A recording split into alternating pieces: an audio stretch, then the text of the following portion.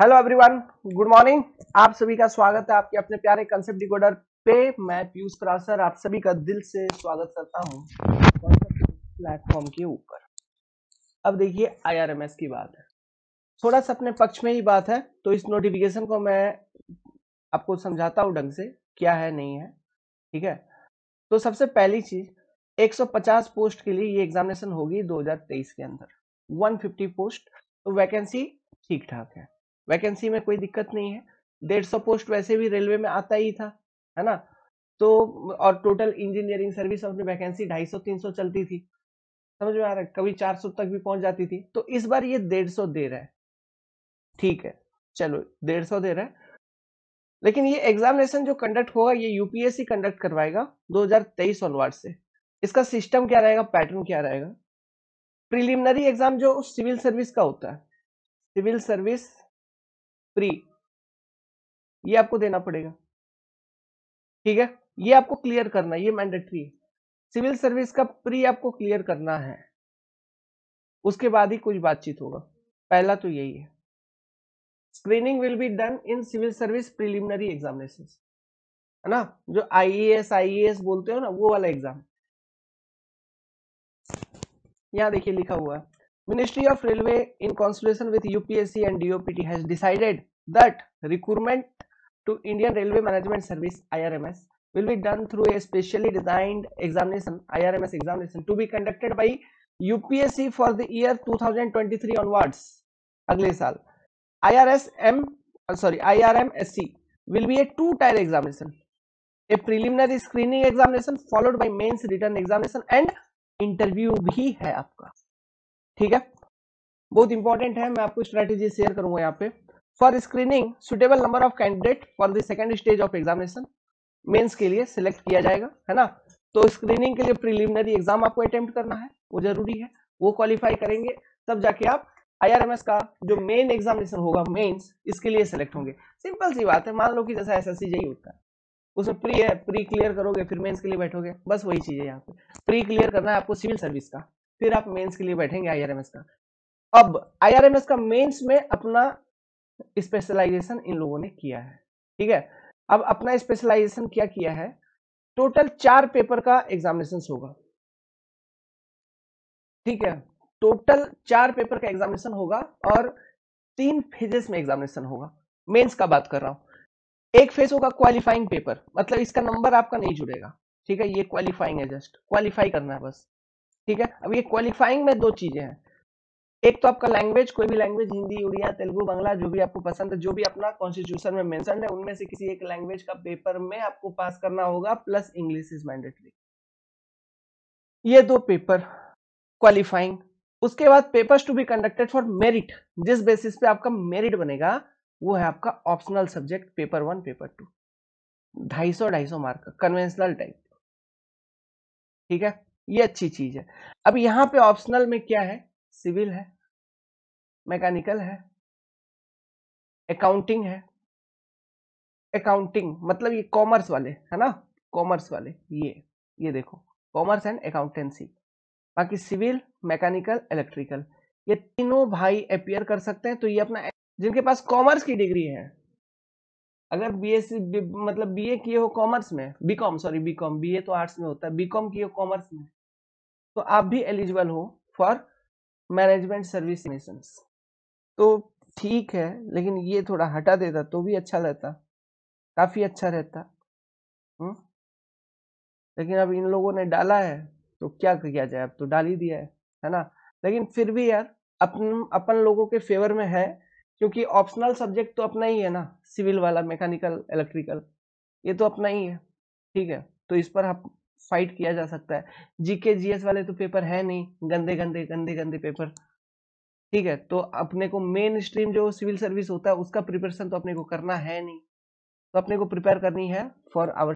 इसमें बस बाधा प्रॉब्लम यही है कि आपको पढ़ना तो सभी पड़ेगा, क्योंकि प्रीलिमिनरी क्वालिफाई करना है तो प्री के लिए सब कुछ पढ़ना है, सिविक्स, ज्योग्राफी, पॉलिटी, है ना, फिर करंट अफेयर वगैरह, इंटरनेशनल रिलेशनशिप, ये सारा जितना भी आईएएस का सिविल सर्विस का टॉपिक है आपका, नॉन टेक्निकल टॉपिक, वो जेनेटिक्स वगैरह, है ना, सब कुछ, साइंस एंड टेक, सारा कुछ, एनवायरमेंट, इकोलॉजी, सब कुछ वो पढ़ना ही होगा, एप्टीट्यूड करना ही होगा, रीजनिंग करना ही होगा, तभी तो आपका प्री क्वालिफाई होगा। पहला तो वहीं पे है गेम। तो वो करने के बाद फिर आपको लैंग्वेज पेपर पास करनी है, क्वालिफाइंग। लेकिन मेन दिक्कत क्या मालूम है, सीटें रेलवे कभी भर ही नहीं पाएगा अपना सीट ढंग से, ठीक है। उसका रीजन क्या है मालूम है? सबसे पहली चीज, देखो पढ़ना तो सभी कुछ पढ़ रहा है, ठीक है, साइंस टेक सब कुछ, नॉन टेक्निकल का तो सारा पेपर पढ़ोगे ही पढ़ोगे। तो सिविल सर्विस का जो अपना मेन स्ट्रीम आईएएस का एग्जामिनेशन है, इसमें और उसमें फर्क ही क्या रह जाएगा। जो अपना भाई है जो प्रिपेयर कर रहा है, वो थोड़ा सोचेगा अरे यार इतना तो पढ़ ही रहा हूं, है ना, और थोड़ा एक स्टेप और पढ़ लूं, क्या दिक्कत है, वो आईएएस के लिए फाइट करेगा। खैर चलो ठीक है, फिर भी इसमें थोड़ा कम पढ़ना पड़ेगा, लेकिन फिर भी पढ़ना तो लगभग सेम ही है, लगभग लगभग सेम है, ज्यादा कुछ डिफरेंस है नहीं, है ना, क्योंकि ये प्रोसेस सेम सिविल सर्विस का भी है, ठीक है। खैर अब जो सिलेबस का पैटर्न आ चुका है तो अपन तो इसी को फॉलो करेंगे, इसमें कोई मतलब ये नहीं है। अब जिसको अलग से रेलवे में जाना है तो वो इस प्रोसेस से जा सकता है, ठीक है, ये सिलेबस दिया गया है। सिलेबस जो फॉलो किया जाएगा ऑप्शनल सब्जेक्ट के लिए, वो सिविल सर्विस एग्जामिनेशन के सिलेबस के अकॉर्डिंग रहेगा। अब ये सिविल सर्विस मतलब उसमें भी अपना ऑप्शनल रहता है ना, सिविल मैकेनिकल इलेक्ट्रिकल वाला, तो उसका जो सिलेबस है, ठीक है, वो सेम। तो इंजीनियरिंग सर्विस से एक स्टेप ज्यादा है, इसमें थोड़ा ज्यादा है, ईएससी के सिलेबस के बराबर का सिलेबस नहीं है, आईएएस में ज्यादा है, कंटेंट ज्यादा है, डीप है, और परफेक्टनेस के साथ है। चीजें बहुत प्रैक्टिकल पूछते हैं वो लोग। आप सिविल सर्विस के क्वेश्चन पेपर्स को देखिए, बड़ा इंटरेस्टिंग और मजा आएगा क्वेश्चन पेपर को सॉल्व करने में, ठीक है। तो पढ़ाई तो चीजों को अच्छे से करनी होगी। अगर आप टारगेट कर रहे हैं फॉर आईआरएमएस, है ना, 150 पोस्ट इस साल दिया है, हो सकता है अगली बार 80 पोस्ट दे दे या 200 दे दे, ठीक है। तो चीजें तो अब आते रहेंगे, ये प्रोसेस तो चालू हो ही जाएगा। तो अपने को प्रिपरेशन अब इस चीज को दिमाग में रखते हुए करना पड़ेगा, समझ रहे बात को, चीजों को, ठीक है। तो इस चीज को दिमाग में रखते हुए प्रिपरेशन करनी होगी। एज लिमिट वगैरह और नंबर ऑफ अटेम्प्ट, अभी देखो इसमें ये तो सेम रहेगा सीएससी के लिए, ये बात तो ठीक है, लेकिन इस बार के लिए जो पहला 2023 में हो रहा है, इस बार के लिए रिलैक्सेशन देना चाहिए, क्योंकि दो तीन साल तो आपने ऐसे ही बर्बाद कर दिया लोगों का, ठीक है। तो इस बार रिलैक्सेशन देना चाहिए था, अब नहीं दे रहे, तो क्या करोगे। एक चीज और बताता हूं, एनवायरमेंट इंजीनियरिंग जो अपना एक पेपर है सिविल में, इस पेपर पे एकदम कड़ा कमांड होना चाहिए, क्योंकि रेलवे ने ही एनवायरमेंट इंजीनियरिंग के सिलेबस को इंट्रोड्यूस किया था इंजीनियरिंग सर्विस एग्जामिनेशंस में, है ना। और रेलवे का एग्जामिनेशन होगा, एनवायरो बहुत अच्छे तरीके से पूछते हैं, बहुत डेप्थ में पूछते हैं, ढंग से पूछते हैं चीजों को, ओके। अब अब देखिए मैं पोस्ट वाइज कैटेगरी वाइज बता रहा हूँ, ठीक है। कैटेगरी वाइज क्या है, नंबर ऑफ पोस्ट जो इन लोगों ने दिया है, बड़ा जुल्म किया अपने ऊपर। सिविल का 30 है, मैकेनिकल का 30 है, इलेक्ट्रिकल का 60 चाहिए, कॉमर्स एंड अकाउंटेंसी 30 चाहिए, ये सिस्टम कर दिया। 30 पोस्ट आप सिविल वाले हैं तो 30 पोस्ट, ये 150 है तो 150 कंप्लीटली आप मत देखो भाई कि तो सभी मेरे लिए ही है, नहीं, डिस्ट्रीब्यूटेड है ना। तो civil 30, mechanical 30, electrical 60, commerce and accountancy 30। तो ये सारे सिस्टम्स हैं, ओके। डिसअपॉइंटमेंट तो लग ही रही है, लेकिन मजा नहीं आ रहा है कुछ ये देख के, ओके। लेकिन फिर भी जो भाई बहन प्रिपेयर करना चाहते हैं फॉर दिस एग्जामिनेशन, तो आपका मैं एक ही चीज में सपोर्ट कर सकता हूँ, आपके ऑप्शनल पेपर में, वो भी सिविल में, ऑप्शनल सिविल काफी डेप्थ में आपको सपोर्ट कर दूंगा, बहुत अच्छे तरीके से, ढंग से। और वो जरूरी भी है, जरूरी इसलिए है ना कि ऑप्शनल वो तो कन्वेंशनल पैटर्न है, तो कॉन्सेप्चुअली तो अपने को पढ़ना ही है, पहला चीज तो ये। दूसरी चीज क्या, इंटरव्यू, इंटरव्यू,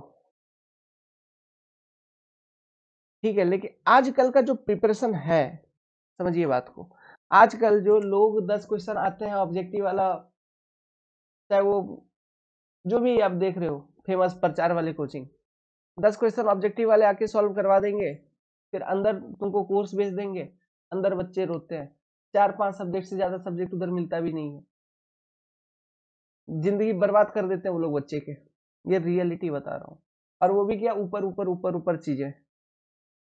तो ये आपके ऊपर है, ये डिसीजन आपके ऊपर है, करना चाहिए या नहीं करना चाहिए। ठीक है, तो मेरे पास आप अगर आएंगे तो मैं फी आपका लूंगा 3000 रुपीज फॉर सिविल टेक्निकल। आपको सिविल इंजीनियरिंग बड़ा ढंग से सिखा दूंगा, आप आराम से इन पेपर्स को क्लियर कर सकते हैं, नॉट टू वरी। बस आपको नॉन टेक्निकल जो पार्ट है, बाकी का जो सिलेबस है उसका प्रिपरेशन करना होगा। अब उसके प्रिपरेशन में मैं आपका हेल्प कर सकता हूँ, डायरेक्शन दे सकता हूँ, लेकिन करवा नहीं सकता। करवाने का तो सब करवा सकते हैं, लेकिन अभी हम सिविल इंजीनियरिंग पे ही एक्सक्लूसिव फोकस करते हैं। ठीक है, तो जो सिविल वाला पोर्शन है इसके लिए, और नॉन टेक पढ़ाते हैं यार, लेकिन इतना डेप्थ में नहीं, थोड़ा मोड़ा नॉन टेक पढ़ा लिया, एसएससी जेई का पढ़ा लिया, थोड़ा मोड़ा जेई का जो नॉर्मल लेवल का नॉन टेक होता है उस लेवल का पढ़ा लिया। यहाँ पे तो काफी डेप्थ में जानी होगी। हाँ, आप लोग बोलेंगे तो और एक पेपर इंग्लिश में मैं आपका सपोर्ट कर सकता हूँ, अच्छे से सिखा देंगे इंग्लिश पेपर को। इसमें भी अपना ढंग का कमांड है, बचपन से ही इंग्लिश मीडियम था मेरा। तो ये वाला एक पेपर हो गया। ठीक है, तो इन सब चीजों में मैं आपका हेल्प कर सकता हूँ। तो अगर आप इंटरेस्टेड हैं then you can contact me at 7008 420 353। Okay, आप इस नंबर पे कांटेक्ट करिए। कंसेप्ट डिकोडर की एंड्रॉइड एप्लीकेशन डाउनलोड कर लीजिए, क्योंकि क्लासेस मैं आपको वहीं पे अवेलेबल करा दूंगा, सारा का सारा ऐप के ऊपर। और इस नंबर पे आप कांटेक्ट करिए, कांटेक्ट करने के बाद मैं आपको बता दूंगा हम क्या कैसे करेंगे, है ना। हाँ, इसके अंदर जितने भी अपने आईएएस के जितने भी कन्वेंशनल आए थे, ओके, कन्वेंशनल वो सभी आपको सॉल्व करवा देंगे previous year. Plus engineering service वाले तो हमने क्लासेस के अंदर ही क्वेश्चन डिस्कस करते वक्त और सब्जेक्ट पढ़ाते वक्त ही डिस्कस कर लिए थे, ईएससी गेट वाले। ठीक है, तो वो सब तो मिल ही जाएगा। आईएएस का भी कुछ कुछ क्वेश्चन कभी कभी कुछ सब्जेक्ट में डिस्कस किया था, लेकिन आप आएंगे तो आपके लिए अलग से आईएएस का सारा क्वेश्चन हम लोग डिस्कस कर लेंगे, कोई बड़ी चीज नहीं है। Okay, so this is the pattern. देखो मेन चीज क्या है, ऑप्शनल तो वो तो क्लियर करना ही है, इंटरव्यू है ना। इंटरव्यू में टेक्निकल चीजें आनी चाहिए, विजुअलाइजेशन होना चाहिए। ओके, तो बात वो है ना। तो ऊपर ऊपर से वो एक तो कन्वेंशनल पेपर वैसे भी नहीं निकलेगा, दूसरा इंटरव्यू, जब पेपर ही नहीं निकलेगा तो इंटरव्यू कहाँ से जाओगे, है ना। और होता है सभी लोग, बहुत सारे लोग बहुत बड़े बड़े कोचिंग को अफोर्ड नहीं कर पाएंगे। अभी बहुत बड़े बड़े कोचिंग को अफोर्ड करने के बाद भी इतने दिन से सब तो प्रिपेयर कर ही रहे हैं ना इंजीनियरिंग सर्विस के लिए, गेट के लिए, इसके लिए, उसके लिए। इतना सारा बच्चा, क्या सभी का रैंक वन आ जाता है? नहीं आता है। और जिसका आता है उसको पैसे दे के बुलाया जाता है कोचिंग में प्रचार करवाने के लिए, ये भी सही है, समझिए, है ना। मेहनत के ऊपर निर्भर करता है चीजें, आप जितना मेहनत करोगे उतना आगे बढ़ोगे। So overall this is the IRMS। And अब जो है इसी को लेके आगे बढ़ना पड़ेगा, है ना। ऑल द बेस्ट, जय हिंद।